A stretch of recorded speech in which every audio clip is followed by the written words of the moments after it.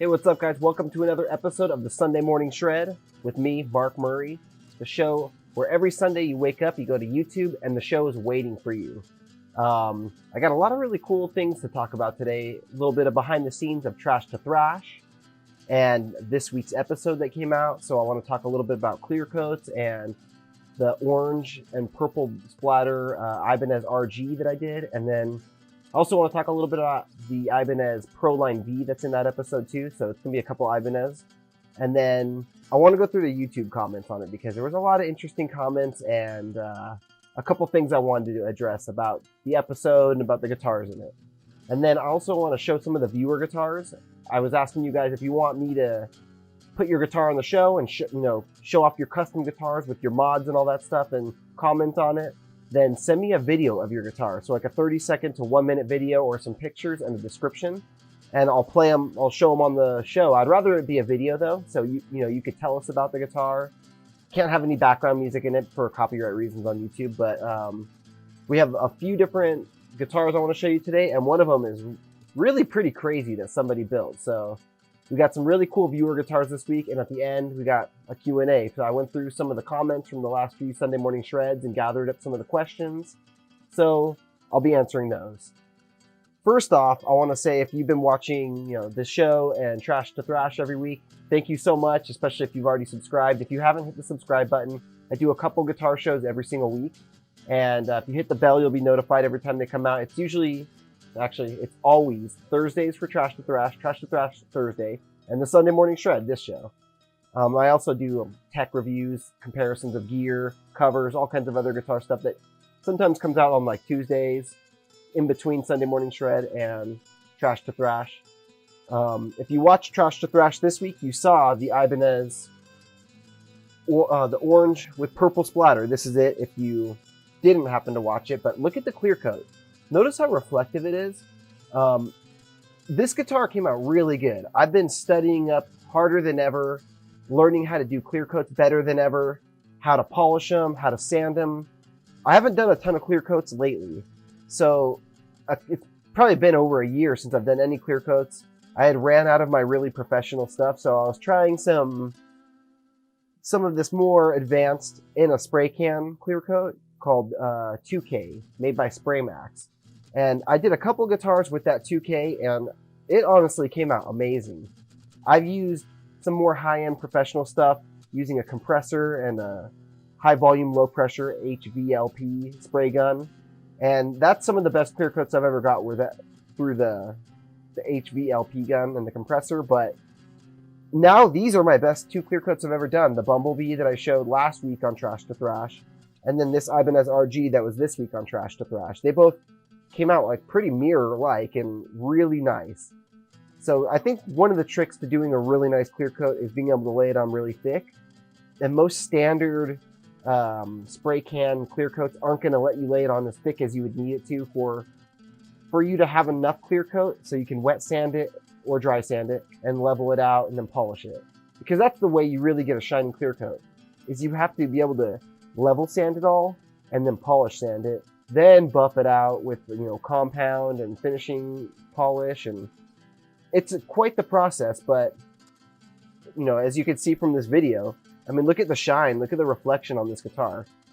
I've watched a ton of videos from car guys and from other guitar players like Brad that I had on last week, Highline Guitars, Chris from Highline Guitars. I saw some of his videos, and I tried a lot of techniques over the last couple weeks. I've tried a lot of different products, and for me, the ones I showed this week on Trash to Thrash are what's working the best for me. The Meguiar's 105-205 combo with to polish it. And then for the level sanding, I've just been starting at 800 and moving up to 2000 or so. And yeah, that's been coming out. It's a big difference in the other clear coats I've done in the past.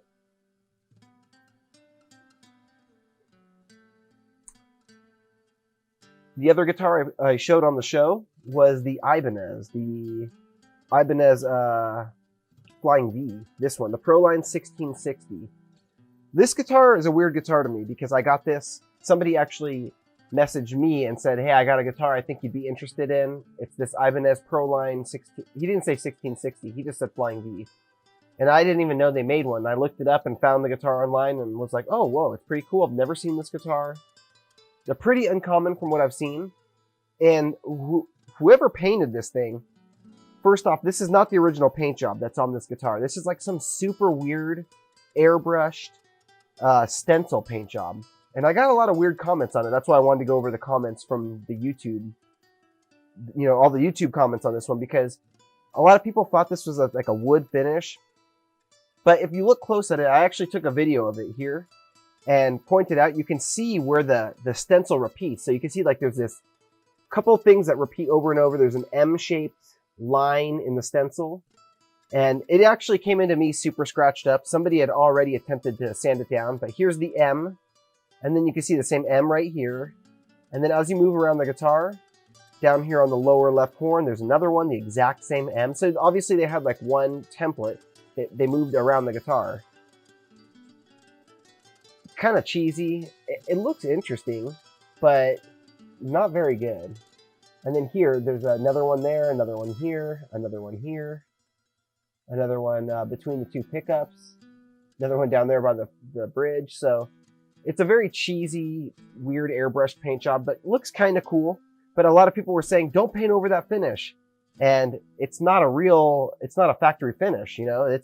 Some people were saying that this guitar is really rare. And I did a lot of research on the Pro lines and the 80s Ibanez when I got this guitar. And, you know, last week on Trash to Thrash, I talked a lot about it. The 1660 was only made in 1985. The next year, they went to a neck through model, which was the 2660. And there was no flying V like this before 85. They actually discontinued it because, from what I've read online, Jackson hit him with a lawsuit and said, you got to stop making these. It's clearly just a Jackson Rhodes that you're copying this. So it's a cool guitar. If you read the reviews, read the forums, a lot of people really like the Pro line.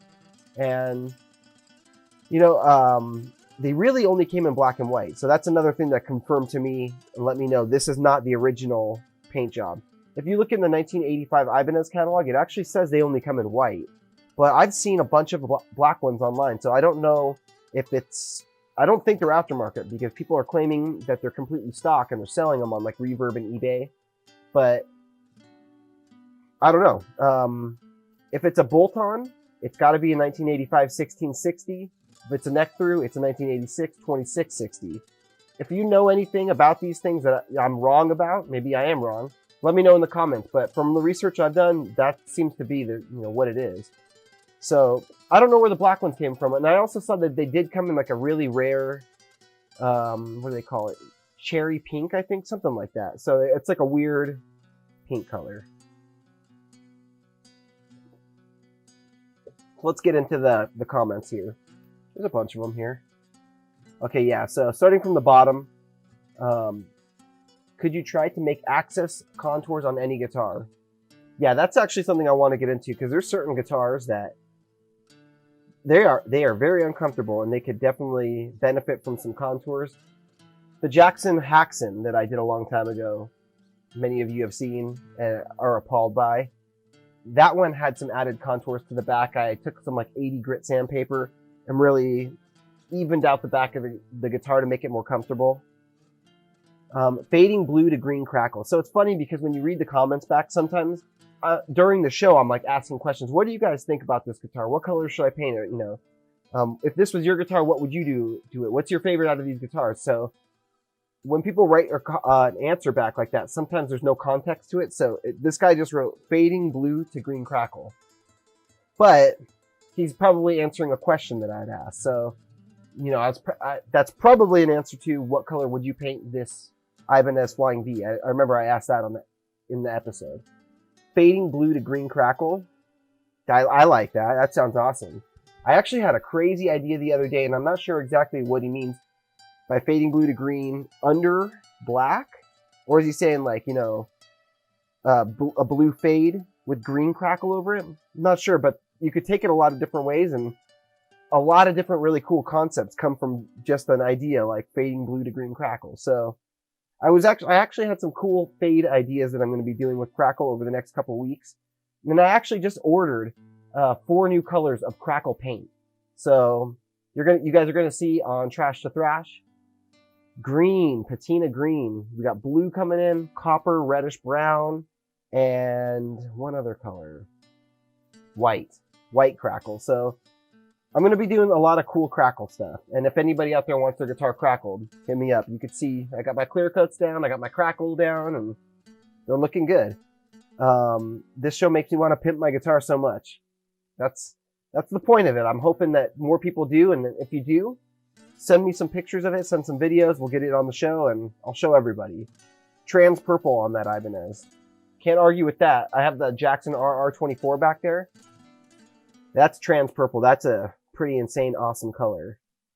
You could try your first paint swirl on the Ibanez. That's something I like, might work on it. Yeah, I haven't done a swirl yet, and I do plan to do some swirls, so you know, there's so many cool paint concepts out there that I just haven't got to yet, but I will. And I've got a lot of guitars here that I'm going to be working on, some of them with no plans. So possibly, maybe swirls come in sooner than later. Arturo wrote this up. This was funny. Honestly, this year I turned 28 and haven't been this excited for Thursdays before. That's awesome, man. That made me feel good. And then the next comment. Dude, this is why I love Thursdays. Like, that's so cool that for me, this show, actually, Sunday Morning Shred, was sparked because I was looking for something to watch on Sunday morning, and I realized no one releases shows on Sunday morning on YouTube. Like, I subscribe to a bunch of channels, and things come out during the week, and, sometimes I can't watch YouTube for weeks. Sometimes I have got some extra time to throw some videos on in the background. So I ran out of stuff to watch, and Sunday came around, there was nothing new, and I was thinking, I gotta do a guitar show on Sundays from now on. So for people to be saying that about Thursdays, that's awesome. Dimebag Darrell the Beast. Okay. We all know that's not the real Dimebag Darrell the Beast. Anyways, hey Guitar Guts, did you ever restore or repaint a Dean ML or a Razorback? It would be amazing to see those in your channel. I haven't repainted one, but I have restored a couple MLs. Back a few years ago, I talked on Trash to Thrash, I think this week, yeah, about I used to own a company that would sell preloaded pick guards to people with, pickups in it, really cool push-pull switches so you could have coil taps and phase reversals and all kinds of trick wiring. And I'd restored a few Dimebag signature guitars back then. The Confederate flag Razorback, I did one of those. I did an all black neck through stealth, which that guitar was amazing. One of the best playing guitars at the time. I'm like super obsessed with neck through guitars now. So that one had a super thin neck on it. I think it's the Shadow, something like the Shadow ML. And I think I've done a lightning one, but it was like the yellow lightning. I don't have any video because it was probably 7 years ago when I did these ones, maybe even more. This one made me kind of laugh a little bit because he said, you should leave the Ibanez Pro Line V alone for historical reasons. I had a pink American Kramer Pacer from the 80s and painted it like a 5150, regret it every day. And then someone said, yeah, it looked beautiful. I hope he doesn't cheese it up. It's not even the original paint that's on it. So, I mean, I could restore it back to original, but that's not very exciting. If you want an original one, you can get them for $700 or $800 on eBay. It's not like they're, completely unfindable, if that even is a phrase. There's certain guitars that I think are nostalgic to certain people. These guitars were only available for a year or two. I haven't really seen any professional guys, big names play those guitars. And I don't think it's a guitar that's going to go down as being a super rare, collectible, expensive guitar or something like that. I think it's like, I think when you do good work to a guitar, in my opinion, unless it's a 60, a 1959 Les Paul or something like that, like some crazy classic like that, I don't think that doing modifications to them, if they're good mods, are going to lower the value. If it's something from the 80s, something like this, I don't think it's like there's like that giant of a market for it. So I don't know. I think I'm going to make it better. If you look back to like the classic cars, how they're going, for a long time, the trend with 1950s cars, 55 to 57 Chevys, they were skyrocketing. My dad rebuilds cars, so he had a couple of these cars, and he used to restore cars. That's how actually I learned about a lot of the stuff, to fix stuff up, and I got it from him. And for a long time, the 50s Chevys were skyrocketing in price. They have these auctions that you could watch on TV. Barrett, that's something like that. Barrett auctions, I forget what they're called. But he would always put them on, and you'd see these cars go for $100,000 for a 57 Chevy Bel Air. $250,000 for one that's numbers matching engine with all original stuff. And like, now the value of the 50s Chevys are going down. And that's because the people who really were nostalgic with that era of car are all starting to pass away.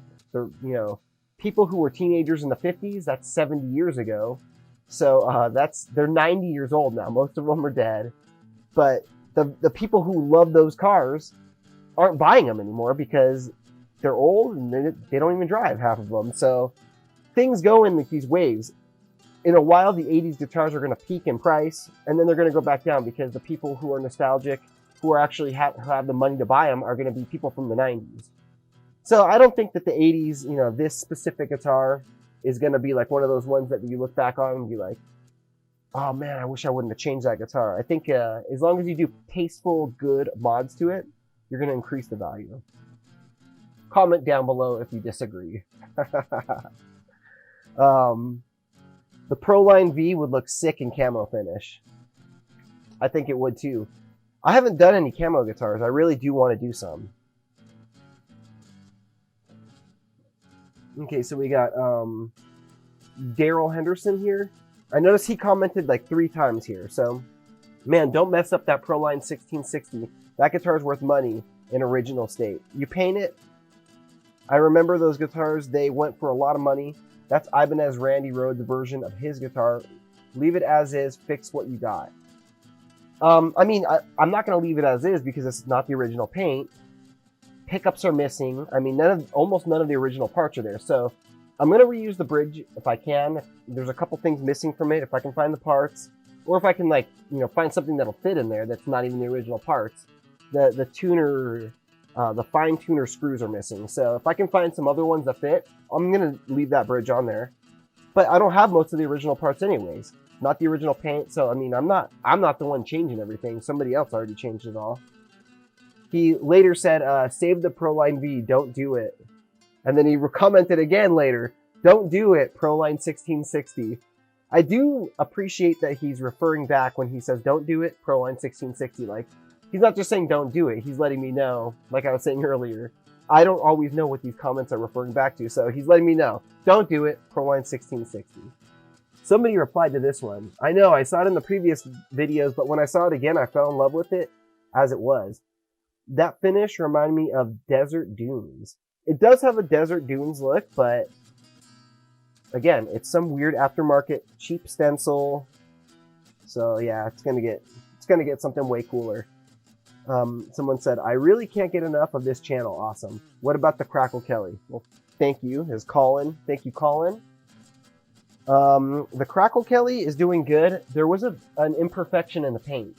So I had to set it aside anyways. I have a lot of customer guitars to work on, and that one's just like a custom shop build for me to build and then just sell. It's not actually for anybody at this point, unless somebody wants to buy it and DMs me, and then it'll be off the. It won't even be for sale ever. It'll just be sold to them.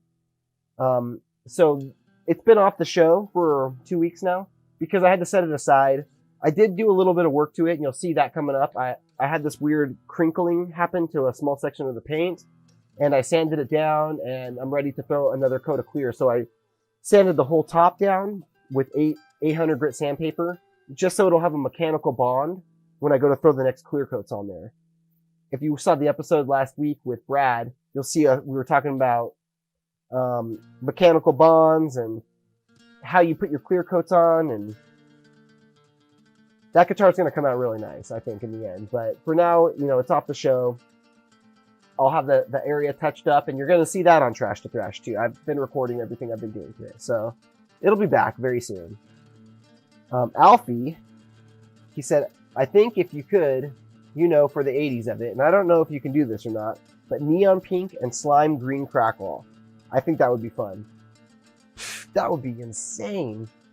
Viewed, I think you'd have to have a maple neck for that to look its best. And Crackle, right now I'm limited with Crackle to what's available. And I don't know of any neon pink or slime green Crackle out there, so I can't really do that. But if I can find out, and I think there are tutorials on how to make your own Crackle paint. You have to add chemicals and mix it a certain way, and then you can make Crackle paint out of any paint.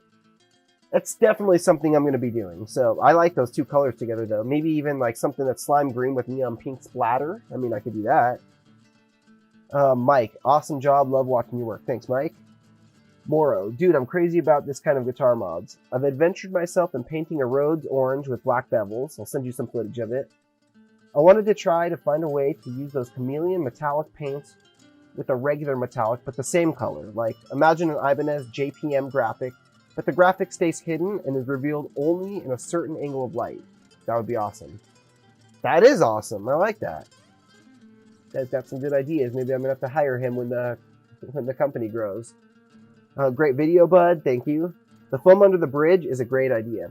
It's something I've never seen anybody else do, so I thought that was pretty cool myself. I was looking at it, and actually I got a comment from somebody about, like, you just sprayed the foam under the bridge, like you didn't take it out or tape it off, and I was like, oh, I got some ideas here.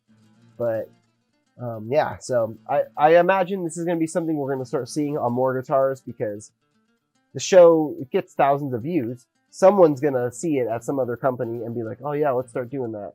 So just remember, you saw it here first. That and painted guitar batteries. I was the first one to paint a guitar battery and then leave it exposed with like a clear pickguard or whatever. So we'll see if any of the big companies start doing that stuff. It was very enjoyable to watch as always. Well, thank you. I was the 100th like. Congratulations. Your custom paintworks are awesome indeed, but if the Ibanez body is legit flame maple, it would be a shame covering it up. Would you consider a strip and true oil refinish? It's not flame maple. If it was, I would do that. I would do something like that. I don't know if they make tinted true oil, but I would probably do something where it accentuates the flame maple, because I mean, obviously, look, you can't really see it that much, but if you look across you, these are my favorite guitars behind me. And I have quilted maple, quilted maple, quilted maple. Actually, it's 5 quilted maples. I thought there was going to be a flame in there, but all quilted maples. So yeah, if it was like some type of nice wood, I would probably try to do that. Put some oil on it, rub oil into it, get like maybe a burst going, which is something you're definitely going to see on the show soon, because when I get that CNC machine in here, I'm going to be building some really cool custom guitars with quilt maple tops and burl and all that insane, the epoxy fills, all the crazy stuff that you're seeing out there. I love that stuff. Someone said I should do LEDs all the way up the neck. That's crazy. I mean, I think you have to do that while you're putting the fretboard on. So if I pulled the fretboard, changed it out, I could do that, but I don't think I'm going to be doing that on this guitar. In the future, though, I would love to do that. That's a great idea. On the Ibanez V, have you done a camouflage paint on a guitar yet? Or just level it up and do a camouflage crackle effect if that would be possible. Yeah, I would love to do some camo. Pastel blue with pink splatter Ibanez Flying V. Thin. That's a really good idea. I love the idea of blue with pink splatter. I really like the idea, instead of like the pastel blue, I like the idea of like Paul Gilbert, the blue and pink with like Ibanez that he used to play, those colors together. Really cool. Bree and Char's Storms Meadow Lake SK. Wow. Dude, that period of the 80s has 2 different sides. Metal and the new wave of that lame-ass pop music. Haha. I like that lame-ass pop music. I'm all about that 80s, but I'm also about the 80s metal. Don't worry. It's a guilty pleasure, but it's all good. I'm not offended. I say crackle with hot pink and deep purple with loads of sparkle. Pink inside the cracks. I don't know why, but I think artistically it represents the era. Absolutely. That's an 80s guitar through and through, and it deserves something crackly. I did have an idea to do it like reflective gold and then black crackle over it, so have like reflective gold in the cracks, like kind of like my Stealth Frankenstrat I'm looking at over there with the all black with the gold accents. But then I found out, I did some tests, and the reflective gold paint that I have isn't working with the crackle. So I don't know if there are other kinds, but there's certain paints that just don't work with crackle. Restore the Proline. It doesn't need a crackle or a splatter paint job. I could restore it, put it back to pearl white, but it's a little too boring. And when the guy sold it to me, he said, I want to see what kind of crazy stuff you do with this thing. Like, I'm with him. It's you know, I got to do something cool to it. So I will not be restoring it to white. That is a little too boring for how I, you know, if a customer requests me to paint a guitar white for them, of course I would. But if somebody, you know, if it's up to me, we're going to do something crazy here. I would do a neon dip finish on the Proline V. Crazy colors like yellow, orange, pink, and green. Have you done a hydro dipped guitar before? I haven't, and yeah, that sounds like that'd be awesome. More crackle, green or red. You should do gold splatter on that Ibanez V.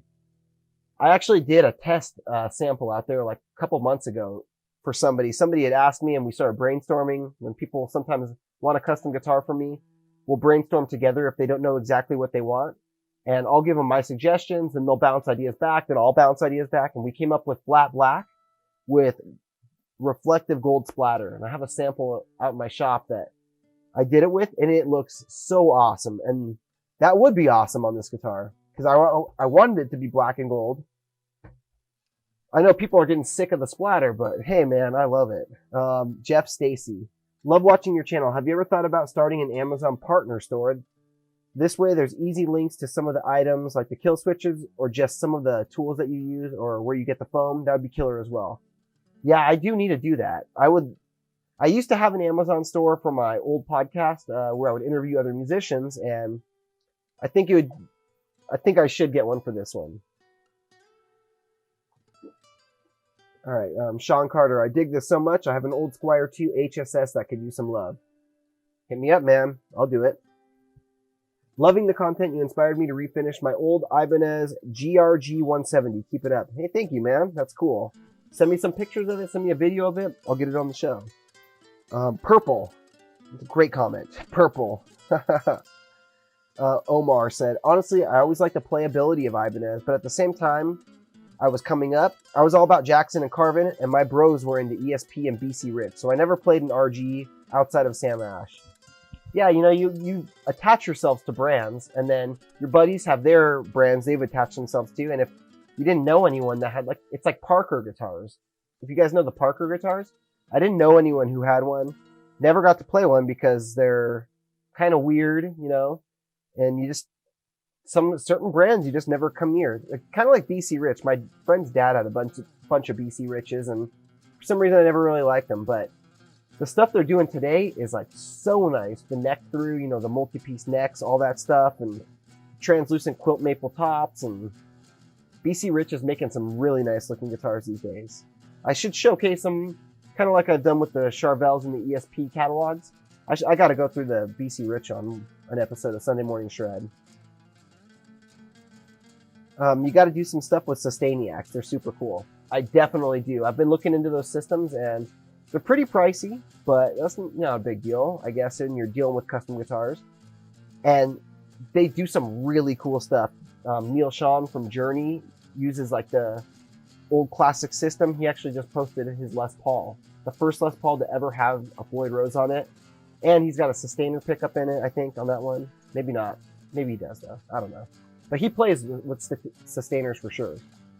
Zebra striped with blood splatter gunshot wound. Oh, jeez. That is brutal. It actually would look awesome, but that's brutal. Zebra stripes with blood splatter gunshot wound. All right, so Kyle P chimed in here. I saw this comment earlier. This was very informative because in the episode I was saying that the nut of the guitar had a broken off stud in it, and I might have to replace the nut for the Ibanez RG. For the record, Floyd Rose nuts tend to have a really tight radius. Radii. 12 inches is about as flat as they go. But Goto makes locking nuts with a 16-inch radius. That guitar probably has a fretboard with a 16-inch radius. I measured it. It's pretty close to that. Yeah, it's not exactly, but it's close. Which will match the Goto nut. Do some digging about the Gotoh nuts. They match the Gotoh Floyd GE 1996T, which are amazing Floyds, which also has a 16-inch radius. When I needed replacement nuts for my shredder radius Ibanez guitars, I always use Gotoh.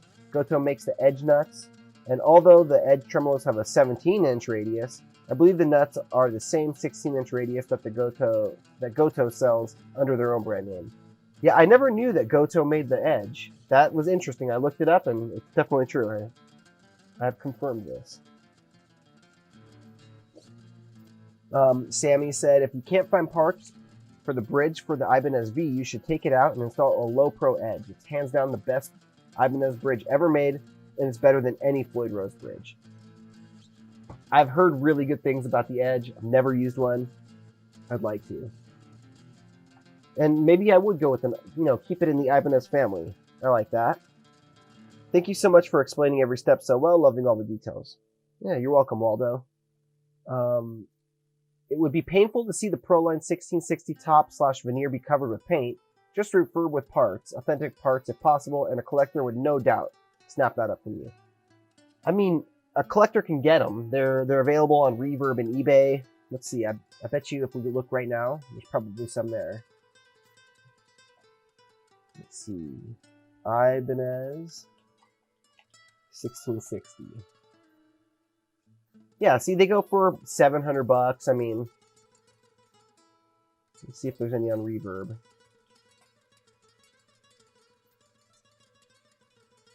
No, none on Reverb, but we got three on eBay. And see, they're only available in black or white. Actually, it's not even. Yeah, it is 3. Those 2 are almost look like it's the same post because they're in the same case. They're both black, both 1985. So they're black. I guess they did come in black, but for some reason the Ibanez catalog only has white listed. Okay, you should paint the Proline like a Randy Rhoads PDV. Someone said blue crackle over black. Ooh, blue over black, huh? I was thinking blue over white is a possibility. Blue over black, interesting. Do the V, or for the V, do sunburst, but in the middle is a crackle. I don't know what the colors would be. Maybe like purple or pink. Interesting. Definitely need 2 episodes a week, man. Hey, this pace already is crazy. Dude, do not paint that V. Just go for an ultra natural look with your normal upgrades. Custom paint isn't always better. Love the channel, man. I mean, like I keep saying, it's not the original paint. That V requires leopard finish. I like that idea. The Ibanez Proline V should be restored as close as possible to its original condition to give it that cool retro vibe. Giving it the 2021 look would take away its uniqueness. I'm talking about doing like neon colors and crackle on it and splatter. Like those are very 80s. So I'm not sure I agree with that one. Logan said, wish we could do a full video on how to solder like push pulls and kill switches and pickups and stuff like that. So I will do way more full length videos, but right now I've got so many customer guitars I'm working on. So many videos I'm doing with Trash to Thrash, and Trash to Thrash takes a lot of time to edit every week. So at some point, if I don't have my full-time job and I'm only doing guitar stuff, I'll get back to doing real in-depth how-to videos, like how to install a Floyd Rose, or what he just like all these things that people are asking for like the real in-depth stuff. White crackle over red base coat and a rising sun graphic. I like that. That sounds awesome. That Ibanez Proline V is sick. I personally love the current finish and would leave it, but an Alexi Leo sort of tribute would be really cool as well. I'm actually going to be doing an Alexi Leo Jackson. I have the guitar in the shop right now. It's a customer guitar, so stay tuned for that on Trash to Thrash. I gotta say, the Pawn Star style reality cancer TV style intro is a real turnoff from wanting to subscribe. That's fine, man. If you don't like the intro and that's gonna turn you off from the episode, then I guess it's not for you then. Fat Philosopher, you always give awesome detail to your awesome axes. Kinda wish I'd sent you my Warlock, but the shape is just too uncomfortable to play for me. He was actually going to send me a Warlock to do, and then he found somebody who wanted to buy it. It was like this 86 vintage Warlock. I've seen one of those Ibanez Randy Rhoads style guitars used by the one and only Abbott. I don't know who Abbott is. I know Black Sabbath. God, that was a bad joke. I would love to see this Flying V in blue with white crackle paint or something like that. Yeah, blue with white would look really good. I love this show. Thank you, Rocky. Jeremy, that Pro line needs some sort of high glow paint. I'm not sure what high glow paint is. Let's find out real quick. I'm guessing it's glow in the dark paint or something. Let's see. Oh yeah, it's super glow. Wow. That's insane. That really was intense, that color. Have been watching since the beginning. Great channel and very informative for the Ibanez. Gloss black with red metallic flakes would look awesome. I think that would be pretty cool. So far for the Pro line, I am leaning towards the crackle still. Maybe one of those new colored crackles that I got, maybe some type of burst crackle. I was thinking kind of yellow and orange burst and then black crackle over it, but keep the comments coming down below. Let me know what you guys think of the Pro Line V, because I don't know. I still don't know exactly what I want to do with it. It's a really cool guitar. I want to do it justice. So, but look at that ugly pearl pickguard too. People are going to get mad about that maybe, but I'm thinking maybe a clear pickguard. Whoever buys it, I'll send them the original pickguard with it.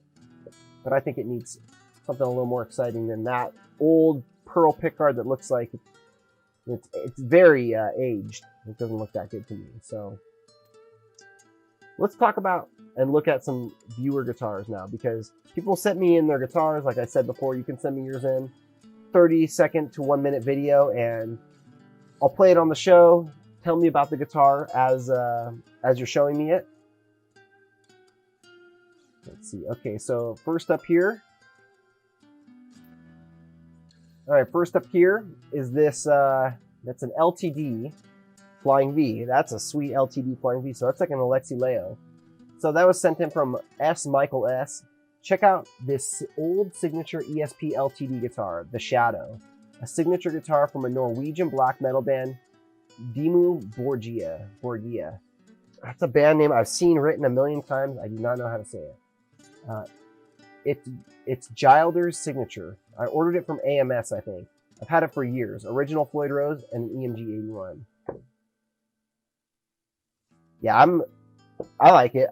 That's a sweet Flying V. LTDs are one of my favorites, and you know, he bought it from. I don't dig the pentagram stuff though. People love pentagrams, and people want pentagrams painted on their guitars. I don't get it. Like it's just a little too much for me. AMS, he mentioned, American Musical Supply. If you've never checked out American Musical Supply before, it's pretty much like Musician's Friend or Guitar Center, Sam Ash. It's one of those big box stores, but I really like them because they offer payment plans that just automatically bill you every month. They don't do like a credit check and stuff. So if you're like super young and you don't have a credit card or anything like that, or any credit bill, they'll just automatically bill your debit card. And I got some of my best gear, like my Gibson Flying V, I bought when I was like 17 years old through AMS because they were offering 5 payments of $200 to get up to $1,000. So American Musical Supply, I've always appreciated that about them, and I feel very loyal to them for that. So if you're gonna buy a brand new guitar, buy it from them. The next one we have is Jesse Howard. Love the YouTube channel. Just thought I might pass along a couple of photos of 2 Strats that I've airbrushed.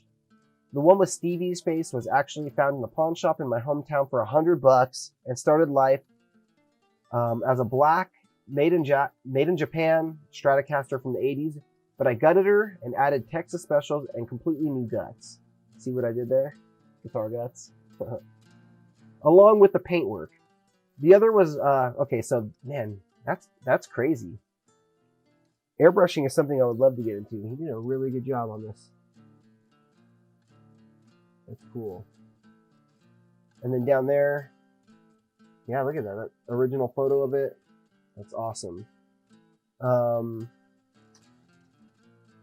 other was for a client from Texas. Hope to see them on the Sunday morning shred, but even if not, I hope you dig seeing them anyway. Also, be sure to check out my page on Facebook for JLH Custom Guitars and keep on rocking, bro. Thanks for your time, Jesse Howard. Yeah, so he's got 2 of them in this photo here. That's cool. I gotta get into airbrushing. That's so cool. Whoa, check this thing out. So this is from Cal. Cal Van Valkenburg. I recently built a budget ML from cheapo parts. The body came from eBay naked. It had no routes for a Floyd or toggle. It was a volume, custom 3-way, volume configuration. Since it's a super soft wood, I left the trem bushings up out of the body a few millimeters and made a metal plate to go over it. And then the surrounding area that angles down into the trem cavity, okay, I see. The neck is an eBay China deal, needed sanding and fretwork, and all the wiring and tone and pots came from Amazon. Seymour Duncan Black Winter Bridge and Wilkinson single coil neck. I also made the diamond plate covers on the back. Thank you for your time and content for our enjoyment. Keep it up. Sincerely, Cal Van Valkenburg. That is dude, great job on that thing. How's it play? I'm curious about it. Oh, those diamond plating on it. So you must have some tools then, because it's not easy to just cut diamond plating. Yeah, look at that Seymour Duncan. That's a sweet pickup there. There's the metal plate he made.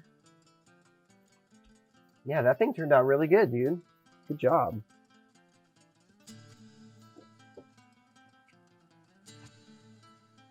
Okay, the next one. This is from Sammy. Sonar 72 on IG. Here's my guitar. It's an unknown super strat body that had the tremolo filled in with wood, and I decided to turn it into my own EVH design. Eddie passed away while I was making it, which drove me to wanting to finish it as almost a memorial to him.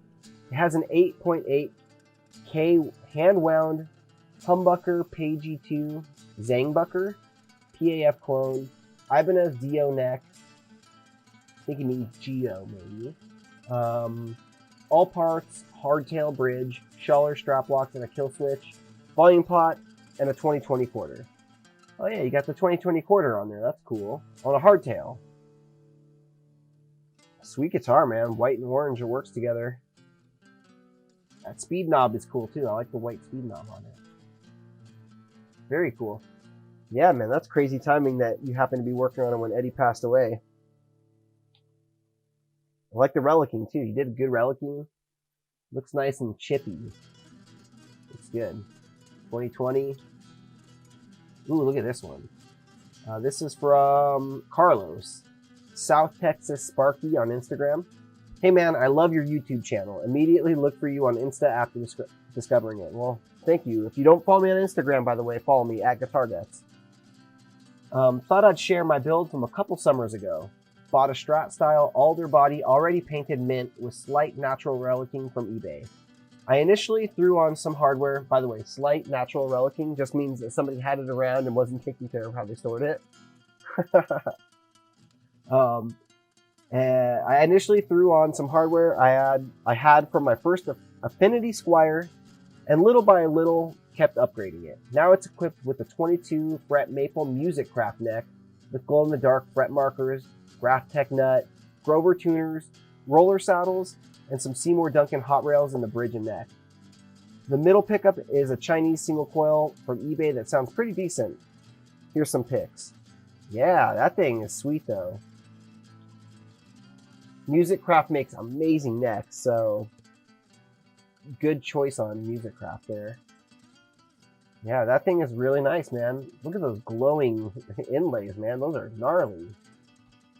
The hot rail, are they hot rails or floor rails? I just read it and I already forgot. Hot rails in the bridge and neck. Yeah, that's beautiful. Great job. Oh, he actually has a video of him playing it too. Let's check that out.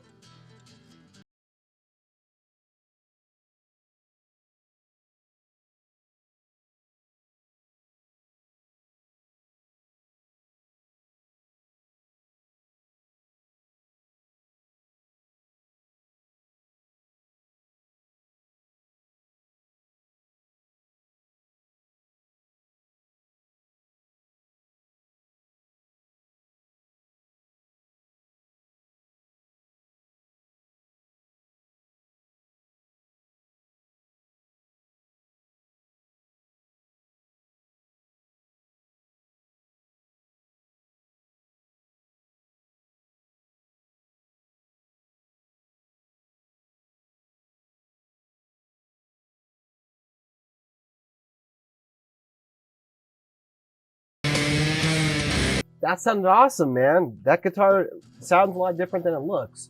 It sounds super heavy. That kind of reminded me a little bit of like some Genty, I don't know, something I wouldn't expect from a Strat. Kind of something System of a Downy almost a little bit. Really cool. Awesome guitar, man. Awesome job. Let's see. And then we got one last one. Now, this is from That Guitar Guy on Instagram. And man, this one is crazy. This is awesome work. He sent me this video. So let's watch the video he sent me. It's actually a private video that you can't find it on YouTube, but he sent it to just me. So asked me to play it on the show. By the way, this is his workshop here. You can see some of the guitars he's done. If you guys know Ofek, he's the guitar player I did, I think, Wherever I May Roam with during Black Album Month. Awesome guitarist. I think they're neighbors because I've seen Ofek playing some of these guitars. And they're friends, I think. So, yeah, let's get into the video.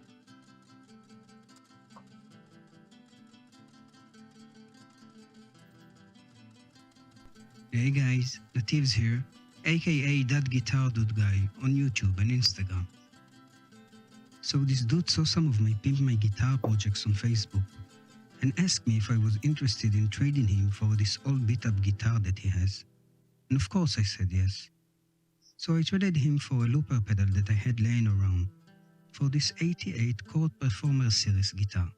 By the way, Court makes awesome guitars. I've played some Courts before, and I don't know if they're hit or miss, some are cheap or not, but they do make good guitars. The guitar, as you can see, was in terrible condition. It was cracked all around the neck pocket, and dinged and scratched everywhere else. This one, as I saw it, would take a lot of work to get right. I've decided to dedicate this guitar to one of my all-time favorite video game characters, Kratos, the god of war himself. So I got the main theme figured out, and I started working. First I had to tackle the most important part. Wow. The bodywork. Then I added nice. some color. Thinking of the God of War franchise, 2 colors pops into my head. Black and gold. Sick. I've made a Kratos stencil for the top of the body and the back of the headstock using my portrait machine. The random gold splashes were made using a plastic bag, dipped in a gold color, sprayed on a plastic tray. Wow. Here is the body after a clear coat. Nice. And this is the headstock after a clear coat. That looks awesome. And this is the point that I let the photos That clear coat looks great, man. Enjoy. Beautiful. Yeah, it's got the Jackson style headstock on it. Crazy finish. I've seen that like crinkly, you dip like a plastic bag into paint and like put it on the guitar and then peel it off. I've seen people do that. ESP. Thanks for having me on your show once again, Mark. I really appreciate it. And for the viewers, these days I'm taking part of the 2021 Great Guitar Build-Off. Follow me on YouTube if you like what you saw. And if you want to see more, I have really interesting things planned. Okay, so he does a lot of crazy, awesome guitars. And he's going to be sending me more videos over the next weeks, and I'll be playing some more. That's the most normal guitar he's ever built. Not ever built, but that, you know, I've seen from him. The stuff I've seen from him is insane. He does crazy body modifications and headstock modifications to guitars, and really cool guitars.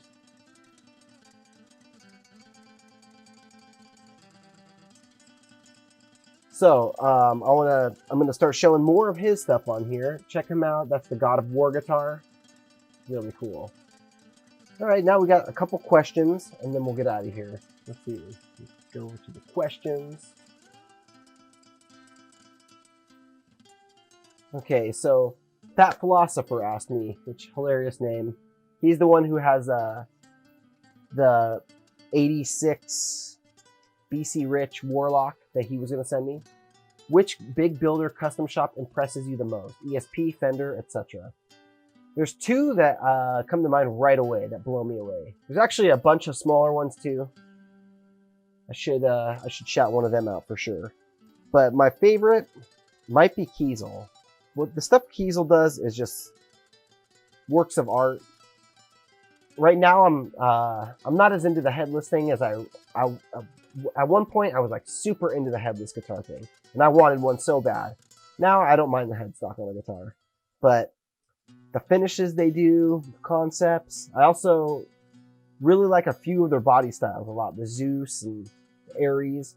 But I'm not as big of a fan of some of the newer ones they put out, but that doesn't make me like them less, you know? I still think that their guitars are amazing. ESP is the other big one that, to me, what Spongebrook is doing over there, aka Ryan, him and his team, they got a bunch of good, amazing builders. Good. That's a huge understatement. They do awesome work over there, and the paint jobs are like insane.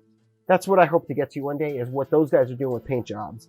You know, with the different dyes, different paints, bursts, quilted maple top, burl tops. Really awesome. So what is that guitar company that, is this it? Yeah, it's called Vic Guitars, V-I-K. Where are they from? I don't see the country they're from, but they do amazing guitars too. Crazy bursts, crazy quilted maple tops. Just with some of them. Let the camera focus on that. I mean, amazing stuff. They do really cool stuff. So those are my three favorite custom shops, I'd say. Jeff Stacy, have you ever done a cracked mirror finish? Or also, I've started making my own painting jig. What do you suggest other than some dowel rods? Like, how do you connect your guitar to the dowel rods? I've never done a cracked mirror finish. I would do one day, but it's not really on my radar now with all these other cool ideas I want to do first. And for the painting jig, on Trash to Thrash over the next couple weeks, I'll show my painting jig. I'm going to be upgrading it soon though, because for neck through bodies and certain guitars, it's not the best. It's getting me by right now, but the more guitars I'm painting, the more I'm needing something better. And I'm actually kind of designing something new right now. So in the next couple months, it's going to change, but I'll show what I've got now on one of the Trash to Thrash episodes. And then, of course, when I get the new setup, I'll show that too. Cthulhu Awaken. Is the background music a mariachi version of Seek and Destroy? That's funny. It's actually my acoustic album, Aves de Amor, and it's available on Spotify. I have a couple albums on Spotify under my name, Mark Murray. So that's funny, a mariachi version of Seek and Destroy. Alan Webster, I had a question. I have a cheaper Kramer Focus VT211S. Will a Floyd fit on it without any routing? Okay, so I looked up this guitar earlier, and I'll show you guys here what it is. Basically a Strat. Comes with a maple neck. 129 bucks though. That's crazy. There's not a lot of guitars that you can get new for $129, and Kramers that's a cool brand. If you like Eddie Van Halen, of course you want a Kramer. It's better than getting a Squire. Those look like they're decently, pretty promising. I've never played one, but I'm thinking 129 bucks. I might have to buy one, get it in here, do a review on it, and then stripe it up, because why not? It's a Kramer for 129 bucks brand new. It seems like that's super cheap. That's crazy. But to answer your question about the Floyd, you cannot just put a Floyd on that. You're going to have to do, if you watch the last episode of Trash to Thrash, not the last, number 11, with the Bumblebee and the OLP MM1 that I was working on, you'll see all the modifications you have to do to get a Floyd Rose on a guitar with the Strat style bridge. It's actually a lot of work. You do a lot of splatter paint jobs, but have you ever considered using shaving cream, water, or a newspaper effect for a finish? I've done all three, and they've come out amazing. Yeah, I've seen some of those effects. There's actually a lot of videos too, showing other cool spray paint effects. They just, for some reason, they don't appeal to me as much. From what I do usually when I work on custom guitars, I'll do whatever a customer wants, of course, if somebody wanted that. But when I build up shop guitars to sell, I usually do something that if it doesn't sell, I'll keep it and be happy with it. I got a lot of crazy ideas in my head for guitars, so I got to get those ideas out, and At some point, I'm going to be moving on to other things than crackle and splatter, but for now, I've got a lot of weird concepts that I want to try out, so I will probably try some of those, the newspaper effect. I think he might be talking about the same thing as like the plastic bag effect, which, yeah, definitely, that one looks pretty cool. I would do that. Roy Gore, what is the natural color guitar behind you? I've actually got a couple people asked about this one. This guitar here, and this is the guitar of the day, I guess. It's a guitar I actually kind of showed you a few weeks ago, and if you watched Thrash to Thrash, you saw it on there too, but this is an Edwards from Japan, CY165 CTM. They only made them for, I think, 2 years, or 3 years, 2008 to 2010. Amazing guitar. Ebony fretboard, crazy mother of pearl and abalone inlays on it. Seymour Duncan pickups, Floyd Rose 1000 series, quilt maple top, crazy multi-piece neck. This is my favorite guitar. Actually, I have a red one right back here it's right off camera, but if you watched Sunday Morning Shred a couple weeks ago, you saw it then. And 27 frets. It's got everything I look for in a guitar. That's almost what I would make as my signature guitar. So when I get my CNC machine, I'll be making my own version of something like that. Michael Carver, do you like Fenders? I shred on Fender Tellys from Boone, West Virginia.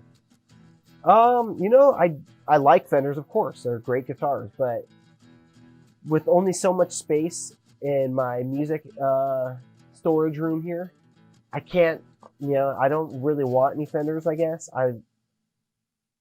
I respect Fenders, but I really like Charvels. If I'm going to play a Strat style guitar, if I'm going to play a Telly, it's probably got to be a Charvel too. But they're not really what appeals to me, Like same thing with kind of like Les Pauls and SGs. They don't really appeal to me. There's a lot of guitars that I would love to have, and one day maybe. But for now, they're awesome guitars, and I've played some insanely good custom shop Fenders, but they're not really my thing. I like Jackson's, ESPs, Edwards, Charvels. Those are my favorites. Ones built by me. So that's it for this week, guys. Thank you so much for watching. If you guys have questions, leave them down in the comments below. I'll pull them all out, answer them on the show. If you want to show me your guitar, send me a 30-second to maybe 2 minutes. I was saying 1 minute, but if it takes 2 minutes, if you have that many mods to describe your guitar, feel free. Send me the video of it. I'll put it on the show and show off your guitar to everybody. Be sure, if you enjoyed this video, I do this every Sunday. So hit the subscribe button, hit the bell to be notified, and find out when I put out a new video every couple days usually. Hit the like button, leave your comments below, let me know what you think of the show, parts you liked, parts you didn't like, whatever. And I appreciate you guys watching. I will see you guys in a few days for Thrash to Thrash.